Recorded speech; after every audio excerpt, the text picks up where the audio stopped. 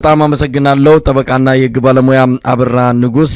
እንግዲህ ሌተናል ጀነራል ጻድቃን ገብረትንሳኤ ወቅታዊ ቃለ መጠይቅ ላይ መነሻ በማድረግ ነው የተገናኘ ነው። ምናልባት እንደው ለተመልካቾች ግልጽ እንዲሆን ጠቅለል ባለ መልኩ ሰፋ ያለውን የሌተናል ጀነራል ጻድቃን ገብረትንሳኤን ቃለ መጠይቅ እንዴት ታየዋል?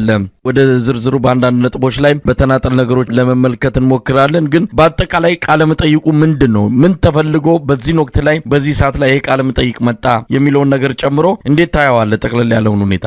እንግዲህ ጀነራል ጻድቃን ኤንቢሲ የሚባል አንድ የሀገር ውስጥ ሚዲያ ባለ 2 ክፍል ኢንተርቪው ሰጥተዋል። ከረጅም ጊዜ በኋላ ነው እሳቸውም እንደገለጹት በአማርኛ ነው ቃለ መጠይቅ የሰጡት። ኦልሞስት ከ2012 በኋላ ለመጀመሪያ ጊዜ ማለት ይሆናል በአማርኛ ቃለ መጠይቅ የሰጡት እና የሰጡት ቃለ መጠይቅ በጣም ብዙ ርዕሰ ጉዳዮችን የሸፈነ ነው። ያውም ስለ ኢትዮጵያ አውርተዋል፣ ስለ ትግራይ ተወርተዋል፣ ስለ ሻዕቢያ ተነስቷል፣ ስለ ህወሓት ተወርተዋል። ከዛ አልፎ ተርፎ በበረሃ በነበሩበት ሰዓት እነ አቶ መለስ የወድሮ ጠቅላይ ሚኒስትር የነበራቸው ፖለቲካዊ ግንዛቤን የተመለከተ ከሶሻሊስቶች ርዕዮተ ዓለም ጋር የነበራቸው ቁርኝት ነገሩን ሲረዱበት የነበረ ጉዳይ አልፎ ተርፎ በኢትዮ ኤርትራ ጦርነት ስለ ክፍፍሉ በተለይ የ93 ክፍፍሉን በተመለከተ ለምን እንዳለያያቸው እሳቸው ምን አይነት አቋም እንደነበራቸው ከዛ ኋላ ምን እንደመጣ በጣም ኢንተርቪው የሰጡበት ነው። ከዛም ከጦርነቱ በተለይ በ2013 ትግራይ ላይ ከተቀሰቀሰ ጦርነት በኋላ የነበራቸው ሚና ጦርነቱ እንዴት እንደተቀላቀሉ ከዛ ኋላ ከህወሓት እንዴት እንደተለያዩ አሁን ህወሓት ምን አይነት ፖለቲካዊ ስብዕና እንዳላቸው እነሱ ምን እንደሚያስቡ ሰፋፊ ጉዳዮች ያነሱ ሲሆን በዋነኝነት ደግሞ የቀይ ባህርን ጉዳይ ሰፊ ትንተና የሰጡበት የተለያዩ ኃይሎችም የተቃቀሱበት ሁኔታ ነው ያለውና በጣም ከፍተኛ ጉዳይ ያነሱበት ይመስለኛል። ኢንተርቪው በሁለት መልኩ ያዩ ሁለት ነገሮችን በልዩ ሁኔታ አይቻለሁ። አንድ ጀነራል ጻድቃን የሚታወቁት ወታደራዊ መኮንን በመሆን ነው የሚታወቁት በኢትዮጵያ ፖለቲካ ሁኔታ። ግን ለየት ባለ ግን አይዲዮሎጂካሊ በተለይ ፖለቲካ ስብዕናቸው ምን ይመስላል? በተለይ ቀይ ባህር ላይ በሀሜት ደረጃ የምናውቀው በተለይ አዲሱ ትውልድ ቀይ ባህር ላይ እንደዚህ አይነት አቋም ነበራቸው፣ በቀይ ባህርም እንደዚህ ተባብለዋል፣ በአጠቃላይ ገዢ መደብነትም እንደዚህ ተለያይተዋል ከሚሉ ከሀሜት ያለፈ ተጨባጭ የሆኑ ምስክርነት አግኝቶ አያውቅም ነበር። የነ ጻድቃንና ጀነራል ጻድቃን የነበሩበት ቡድን የነበራቸውን ፖለቲካዊ አቋም ለኢትዮጵያ ሕዝብ ግልጽ አላደረጉት። ተሸንፈው ከተባረሩ ከስልጣን ከተወገዱ በኋላ የሚተነፍሱበት ራሳቸውን የሚገልጹበት እድል አልነበረምና ያን ግልጽ ያደረጉበት ነው። ሌላው ግን ጀነራል ጻድቃን ራሳቸው እንደ አንድ ግለሰብ ከወታደራዊ መኮንንና የኢትዮጵያ ዩኒፎርም ለብሰው በኢትዮ ኤርትራ ጦርነት ከነበራቸው ሚና ባሻገር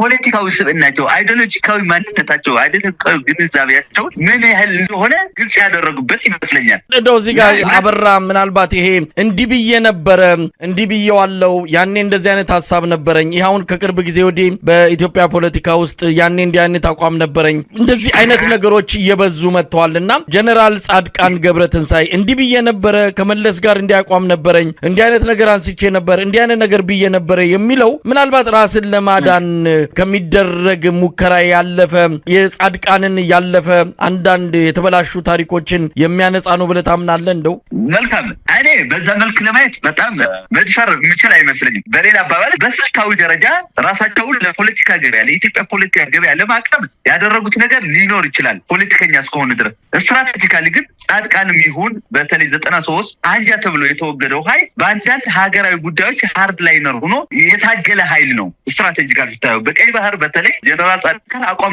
የነበራቸው መሆኑ የኢትዮጵያ ብሔራዊ ጥቅም ከማስከበር አንጻር የቀይ ባህር አስፈላጊነት ለገበያ ምጥተውታል ብዬ አላምንም። ያ ደግሞ እንደዛ ማለት ያስቻለኝ ሻዕቢያ በተደጋጋሚ ጥላቻው ከሚገልጽባቸው ከጦርነቱ በፊትም አሁን የቅርብ ቀን ጦርነት በፊትም ጥላቻ ከሚገልጽባቸው ሰዎች መካከል አንዱ ናቸው። ከነገብሩ አስራት ቀጥሎ በጣም ከሚጠላቸው ሰዎች ጀነራል ጻድቃንን ነው። ያ የሚያሳየው ጀነራል ጻድቃን በቀይ ባህር ላይ የነበራቸው በጣም ጠንካራ አቋምና የቆየ አቋማቸው የሚገልጽላቸው ናቸው ብዬ አምናለሁ። ስለዚህ ለገበያ አቅርበውታል። ይሄን ለሰሩስታ ማንጫ እና ፖለቲካል ማርኬቱ ላይ ለመገኘት ያደረጉት ነው ብለን በድፍረት ለመናገር በጣም የሚከብድ መስሎ ነው የሚታየኝ። እንደዛ ብዬ ነው እኔ የምረዳቸው። እንግዲህ አበራም ወደ ሌሎች ዝርዝር ነገሮች እመለስበታለሁ። ይሄንን ጉዳይ ጠቅለል ያለውን የኢንተርቪውን አጠቃላይ ቃለ መጠይቁን በኤንቢሲ ላይ ተገኝተው ሌተናል ጀነራል የተናገሩትን አንዳንድ ነገሮችን ሐሳቦችን እንድታከፍለን ነው። እንግዲህ በሁለት ክፍል የቀረበ ቃለ መጠይቅ ነው። ቃለ መጠይቁን ቀንጨብ ተደርገው ከተላለፉት የማስታወቂያ በሚመስሉት ነገሮች ላይ ያንን ብቻ አይቶ መፍረድና አቋም መያዝ የሚገባ አይደለም። ብዙ ብዙ ጥልቅ ነገሮች ያሉበት እውነት ለመናገር እኔም ሁለተኛውን ክፍል በተለይ ከተከታተልኩ በኋላ አንዳንድ ነገሮችን በደንብ እንድናይ የሚያደርግ ነው ብዬ አስባለሁ። እንደዛ አይነት አድማሳችን ነገሮችን ጠለቅ ብለን እንድንከታተልም የሚያደርግ ነው። ቃለ መጠይቁን እንደዚሁ በግልብ መረዳት ብቻ ሳይሆን መስመር በመስመር ተረድቶ አንዳንድ ነገሮችን መረዳት የሚገባ ይመስለኛል። ግን ዋና ዋና ያነሱት ሐሳብ ምንድነው? ከትግራይ ወቅታዊ ሁኔታ አንጻር ከብልጽግና ፓርቲ ከሌሎች ነገሮች በጀነራሉ ያነሷቸው ሐሳቦችን እንደው ባጭሩ ማስቀመጥ ከተቻለ መልካም። እንግዲህ ጀነራል ጻድቃን የሁለት ሰዓት አካባቢ ኢንተርቪው ነው ያደረጉት። ሰፊ ርዕሰ ጉዳይ ነው የዘረዘሩት። እውነት ለማውራት በክፍል አንድ ላይ ሙሉ አቅማቸው ሙሉ ትኩረታቸው የነበረ የትግራይ ፖለቲካ ሆኖ በትግራይ ፖለቲካ ደግሞ ህወሓትና ሻዕቢያን ያስተሳሰረ ትንተና ነው የነበረው። ቤዚካሊ ጀነራል ጻድቃን ካነሷቸው የትግራይ ፖለቲካ ጉዳዮች ህወሓት አሁን ያለው አጠቃላይ ፖለቲካዊ ቁመና የትርምስ ቁመና እንደሆነ ለውጥን መቀበልና መሸከም የማይችል በመሆኑ እነሱ በተለይ ጀነራል ጻድቃንም ይሁን የጊዜው በወቅቱ የነበረው ጊዜያዊ አስተዳደር አቶ ጌታቸው ሲመሩት የነበረው ጊዜያዊ አስተዳደር ጥል ወደ ትግራይ በመጠንም ቢሆን እንዲመጣ ባደረጉት ጥረት ልዩነት ፈጥረው ድርጅቱ በሐሳብ ማሸነፍ ሳይችል ሐሳብ ማፍለቅ ሳይችል በመቅረቱ ወታደራዊ ክንፉ ተጠቅሞ እነሱንም እንዳስወገዳቸው ያ ማስወገድ ብቻ ሳይሆን ይህ የነደብረጽዮን የሚሏቸው ክንፎች ሐሳብን ከማስተናገድ ይልቅ ሁሉም ነገር ሄቪ ሃንድል ፖለቲከኞች ሁሉም ነገር በጉልበት የመፍታት ፍላጎት ያላቸው ኃይሎች ከመሆናቸው የተነሳ ከሻዕቢያ ጋር ትስስር በማድረግ ትግራይ ውስጥ እንኳን ለውጥ ሊመጣ ጀነራል ጻድቃን ሌሎች የትግል አጋሮቻቸው በግለሰብ ደረጃ መኖር ወደማይችሉበት ደረጃ የህልውና የህይወት ስጋት ደርሶባቸው ከትግራይ እንደወጡ ነው የሚናገሩት። እሱን ተከትሎ ሰራዊቱ በነደብረጽዮን አካሄድ ምክንያት ሰራዊቱ ከሁለት በመከፈሉ አካባቢያዊነትን ማዕከል ያደረገ ፖለቲካዊ መከፋፈል ይዞ መምጣት ትግራይ አደጋ ውስጥ እንድትወድቅ ያደረገ መሆኑን ትኩረት ሰጥተዋል። እዛ ላይ ጀነራል ጻድቃን ግለሰብም አንስተዋል። በተለይ ታደሰ ወረደን በግልጽ አማርኛ መፈንቅለ መንግስት ትግራይ ውስጥ እንዲፈጸም ሲያሰር የነበረ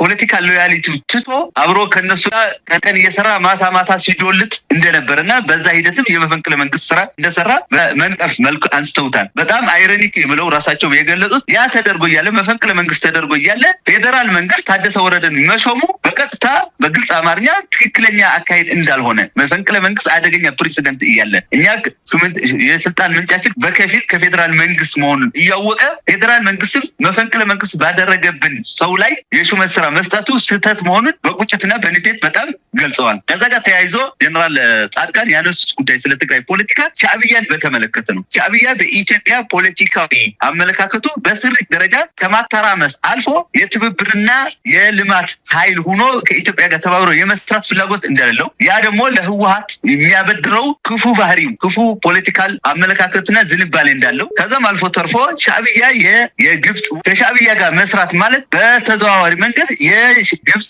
ጉዳይ ፈጻሚ የሚያደርግ ፖለቲካዊ ትስስርና ዝምድና ነው የምትመሰርተው ብለው ተንትነውታል። በዛም ምን ብለዋል? እንደዛ ከመተንተን አልፎ ህወሓት የግብጽ ፖሊሲ ጉዳይ አስፈጻሚ ነው ብለው በግልጽ ነቅፈዋል ወይ ደግሞ ፈርጀዋል። ስለዚህ ይሄን የሚመስለው ከትግራይ የተነሳ ክፍል ሁለት ላይ ግን በዝርዝር ያነሱት ስለ ለውጥ ፈላጊ የሚባል ኃይል እያደራጅ እንደሆኑ የተለያዩ ፖለቲካዊ ኃይሎች እየተቀናጁበት እንደሆነ ገልጸዋል። እሱን ብቻ አይደለም እሳቸው በዛ የለውጥ ፈላጊዎች ማዕቀፍ ላይ ሲተነትኑ ሌሎች ለውጥ የማይፈልጉ ወይ ደግሞ ጸረ ኢትዮጵያ አንድነት ብለው ሲተነትኑ እግረ መንገድ ያነሱበት መንፈስ በጣም የተሳሳተ ነው ብለን ልንገምትና ልንተነትን ይሆናል። ቀጣይ ግን ከሻዕቢያ ጋር በሰሩ ቁጥር ፌዴራል መንግስቱም እነሱን በደገፈ ቁጥር ሌላ ሀገራዊ ትርምስ የሚያመጣው ኃይሎች ጋር አድርጎ ለመፈረጅ ያደረጉት ጥረት በክፍል ሁለት ላይ ተንጸባርቋል። ይሄ ይመስላል እንግዲህ ያነሱት። አበራ፣ እውነት ለመናገር የሌተናል ጀነራል ጻድቃን ገብረትንሳኤን መግለጫ ወይም ደግሞ ቃለ መጠይቅ ስከታተል ብዙ ነገሮችን ውስጤ እየተመላለሰ ነበረ። አንደኛ ሌተናል ጀነራል ጻድቃን ገብረትንሳኤ ከትግራይን ተወረረች ወይም ደግሞ ትግራይ ላይ መዓት መጣ ችግር መጣ ብለው የገቡበት ሁኔታን ስናስተውል ቀጥታ ለትግራይ ከማሰብ ይልቅ ለሻዕቢያ ወይም ደግሞ ለኤርትራ መንግስት ካላቸው አቋምና ጥላቻ የተነሳ እንደሆነ እንረዳለን። አሁንም ቢሆን የአብይ አህመድ አገዛዝ ሙሉ በሙሉ ከሻዕቢያ ወይም ከኤርትራ መንግስት ጋር መፋታቱን ወይም ደግሞ መቆራረጡን ሲያረጋግጡ ከአብይ አህመድ መንግስት ጋር መቀራረብ እንደጀመሩ ነው የምንረዳውና ከሻዕቢያ መንግስት ወይም ከኤርትራ መንግስት ጋር ያላቸው ልዩነት ነው የአቋማቸውን ከፍና ዝቅ እየለካ ያለው ከመርህና ከፖለቲካዊ አስተሳሰብ ይልቅ ለዚህ ለኤርትራ መንግስት ያላቸው አመለካከት ነው የፖለቲካ ቁመናቸውን እየለካ የሚገኘው የሚል አስተሳሰብም በብዙዎች ዘንድ እንዲኖር አድርገዋል። ከዚህ በተጨማሪ በትግራዩ ጦርነት በዋናነት ተጠያቂም ናቸው። እውነት ለመናገር ከአብይ አህመድ በዚህ በኩል እንደሚጠየቀው ሁሉ በዛ በኩል እሳቸው አዝማች የነበሩ የጦር መሐንዲስ የነበሩ የቲዲኤፍ የተባለውን ሰራዊት በማደራጀት በማሰልጠና በተለያዩ ጉዳዮች ፊት መሪ ከነበሩ ወታደራዊ አመራሮች የሚጠቀሱ ናቸው። አንድም ራሳቸውን ተጠያቂ ያደረጉበት እኔም በዚህ ጉዳይ ላይ ስህተት ሰርቻለሁ የሚል ነገር አላየሁባቸውም። ከዚህ አንጻር ከፍተኛ ጉድለት እንዳለ ነው የተረዳሁት። ከዚህ ባሻገር ፋኖን የገለጹበት ሁኔታም ተገቢ ነው ብዬ የሚል እምነት የለኝም። ፋኖን ልክ ተመስገን ጥሩነህ እንዳለው ተላላኪና በሌላ መልኩ ለመግለጽ የሞከሩበት ሁኔታ ተገቢም አይደለም። ፋኖ በራሱ ቅድ በራሱ ተልኮ የወጣ በተለያየ መልኩ ግንኙነት ሊፈጥር ይችላል። ይሄ ያለ የነበረና ወደፊትም የሚኖር ነው። ከዛ ባለፈ አንድም ይሁን በሌላ የኤርትራ መንግስት ጉዳይ አስፈጻሚ አድርጎ ያዩበት መንገድ ምናልባትም ብልጽግናን ፕሮፓጋንዳ የሚከተልና ከዛ ጋር የተጣጣመ ነው የሚል ግምት እንድንወስድ እንጂ የእሳቸውን የፖለቲካ ቁመና የሚያሳይ ነው ብሎ መውሰድ የሚቻል አይደለም። በሌላ በኩል ግን ጠለቅ ብሎ ሲታይም አንዳንድ ነገሮችን ያነሱበት ሁኔታ ስለ ባህር በር፣ ስለ ኢትዮጵያ አንድነት፣ ትግራይ ከኢትዮጵያ አንጻር ያላትን ሁኔታ እነዚህ ነገሮች ሲታይ እኚህ ጀነራል በተወሰነ ደረጃ ጆሮ ሊስብ የሚችል ከቁም ነገርም እንድንወስድ የሚያደርግ አንዳንድ ነገሮችን የተናገሩበት ሁኔታ ነው ያለውና ትንሽ ዘብረቅረቅ ያለ ስሜት ነው በግሌ የተሰማኝ ሁለቱንም ክፍል ከተከታተልኩ በኋላ።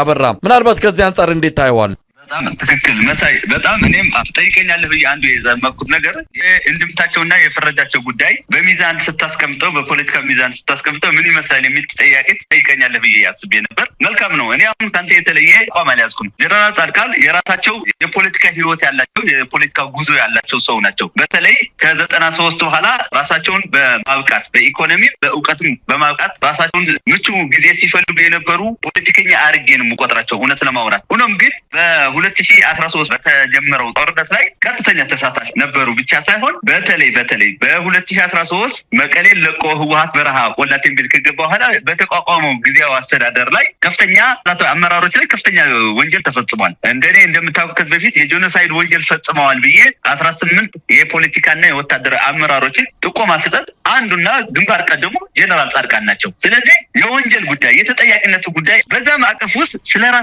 ስለሳቸው ፖለቲካዊ ጥፋት ስለሳቸው የወንጀል ጥፋትና ቀጣይ በሚደረገው የፍትህ ሽግግር ውስጥ ተጠያቂነትን ከሰፈነ እኔም ልጠየቅበት የሚያስችል ነገር ካለ ለመጠየቅ ዝግጁ ነኝ ሲሉ ብለው የሞራል ዝግጅት ሲያደርጉ አላየኋቸውም። ይሄ መነሻቸው ንጹህ ነኝ የሚል ከሆነ በጣም የተሳሳተ ነው። ምክንያቱም እሳቸው በቆላ ቴምቤል ወይ ደግሞ በትግራይ በረሃ ውስጥ እያሉ እነዛ በትግራይ ጊዜያዊ አስተዳደር ሲቪል ሆነው የትጥቅ ትግል አማራጭ ያላረጉ ምንም አይነት መሳሪያ ያልያዙ ስንዴና መድኃኒት ሲያከፋፍሉ ደሞዝን ሲከፍሉ የነበሩ በወቅቱ የነበሩ የጊዜያዊ አስተዳደር አመራሮችን እንዲገደሉ በግልጽ የሆነ የአዋጅ ጥሪ ያደረጉ ሰው ናቸው። ይሄ በቪዲዮም በተጨባጭ የተያዘ ጉዳይ ነውና በማስረጃም የተያዘ ነው። ያ ማስረጃ ብቻው በህግ ቋንቋ ነው ፐርማፋሻ ኤቪደንስ ነው። ራሱ ብቻ በቂ ኤቪደንስ ነው እና ቀጣይ ተጠያቂ ስለመሆናቸው እንኳን የሚያመላክት ለፖለቲካል ኮሬክትነስ እንኳን ተጠያቂ ነኝ የሚያስብለኝ ነገር ካለ እንኳን ለመጠየቅ ዝግጁ ነኝ የሚል ምልክትና ፍንጭ አልሰጡም። ይሄ የእሳቸው የሞራል ግራውንድ በጣም የተበላሸ መሆኑን ያሳያል ብዬ አምናለሁ፣ በፍትሃዊነት ሚዛን ማለት ነው። ሌላው ግን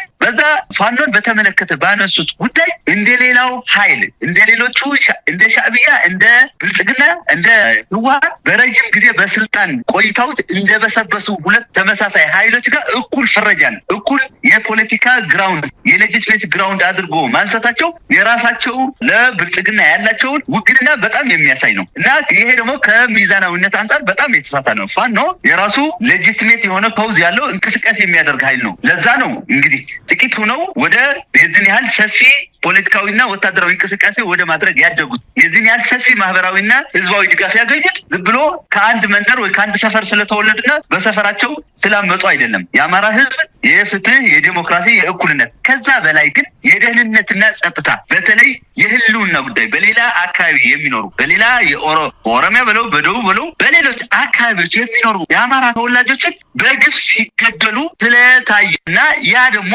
መከታና ጋሻ ያስፈልጋቸዋል ተብሎ የተቋቋመ የተቋቋሙ ኃይሎች በመሆናቸው ያ ደግሞ ሌጂቲሜት ኮዝ መሆኑን ይታወቃል። ይሄን ጭፍን አተ ከሌሎች ኃይሎች የሚሽን ተሸካሚዎች ነው ለመፈረድ የራሳቸው የቆሙበት ፖለቲካ ዓላማ ስንኩልነትም ያሳያል ብዬ አምናለሁ። በነገራችን ላይ መሳይ እሳቸው በአንድ ሳይዱ ፋኖ ከሌሎች ኃይሎች ትንተና ጋር በፖለቲካው ትንተና ጋር ከሻዕቢያና ከህወሓት በማስተሳሰር የሌሎች ጉዳይ ፈጻሚዎች ናቸው ብለው ይወቅሳቸውና በሌላ ዙረው ደግሞ መንግስት ሲወቅሱ ይታያል። በዚህ ኢንተርቪው ላይ ዲፕሎማቲካሊ በሆነ መንገድ መንግስት የዚህ ሀገር ሰላምና ደህንነት የማረጋገጥ ግዴታ አለበት፣ ያ ማድረግ ላይ ስንፍና አሳይቷል ማለት ምን ማለት ነው? ሌሎች ኃይሎች መሰል ኃይሎችን ወደ በረሃ እንዲወጡ የሚያደርግ ፖለቲካዊ ብልሽቶችና ችግሮችን በመፍጠር ተጠያቂ መንግስት ነው ማለት ነው። ወይ ደግሞ ለጦርነት መንስኤ የሆኑ ፖለቲካዊ ምክንያቶችን በመፍጠር መንግስት ነው እያሉ ነው ያሉት። እንደዛ ብለው ሲያበቁ በኋላ ደግሞ ተመልሰው ፋኖን በዚህ መልክ ሲገልጹት በዚህ ጉዳይ የጠራ አቋም ሳይኖራቸው ቀርቶ ግንዛቤ አቅም ሳይኖራቸው ቀርቶ ሳይሆን በእውነታውና በፖለቲካው አስተላለፍ በብልጽግና ጋር ያላቸው ፖለቲካው አስተላለፍ ውስጥ የተምታታ አቋም እንዲይዙ ያደረጋቸው ይመስለኛል። ስለዚህ እዛ ግልጽ የሆነ ስህተት ሰርተዋል የሚል እምነት አለኝ እና እነዚህ እሳቸው በሰጡት ኢንተርቪው ላይ በነቀፌታ ደረጃ ጎልተው የሚታዩ ችግሮች ናቸው ብዬ አምናለሁ። በጠንካራ ሳይዱ ግን ቅድም ያነሳው ነው የቀይ ባህር ጉዳይ ከብልጽግና በተሻለ ከማናቸውንም ፖለቲካዊ ኃይሎች ከነገብሩ አስራትና ከሌሎች መሰል የእሳቸው የ93 አንጃዎቹ ተብለው ከተፈረጁ ውጭ ባልተናነሰ የቀይ ባህር ጥቅምን ዌል የሆነ አርቲኩሌሽን ያላቸው ስታንድ ያልና ለዛም ዋጋ የከፈል መሆናቸው ግን ትልቅ ፖለቲካዊ ስልና ትልቅ ዋጋ የሚያሰጣቸው ናቸው ብዬ አምናለሁ። እሳቸው በዚህ ጉዳይ ላይ ዛሬ አይደለም አቋም የያዙት። ትዝ የሚል ከሆነ ከጦርነቱ በፊት ዋልታ ላይ ባደረጉት ኢንተርቪው የቀይ ባህርን አስፈላጊነት 93 ጀምሮ ከመለስ ጋር ያለያያቸው መሆኑ በዚህ አቋማቸው ከእሳቸው ጋር ተመሳሳይ አቋም የነበረው ተፈራ ዋልዋ መሆኑን የገለጹት የዛሬ 6 እና 7 ዓመት ነው። እሱ ብቻ አይደለም። አቶ ገብሩ አስራት በጻፉት መጽሐፍ ሉዓላዊነት በሚል መጽሐፋቸው ላይ ይሄ የጉዳይ አንስተው በእነሱ በኩል በ93 ጸረ ወይ ደግሞ መለስን ተቃውሞ በቆሙ ኃይሎች ላይ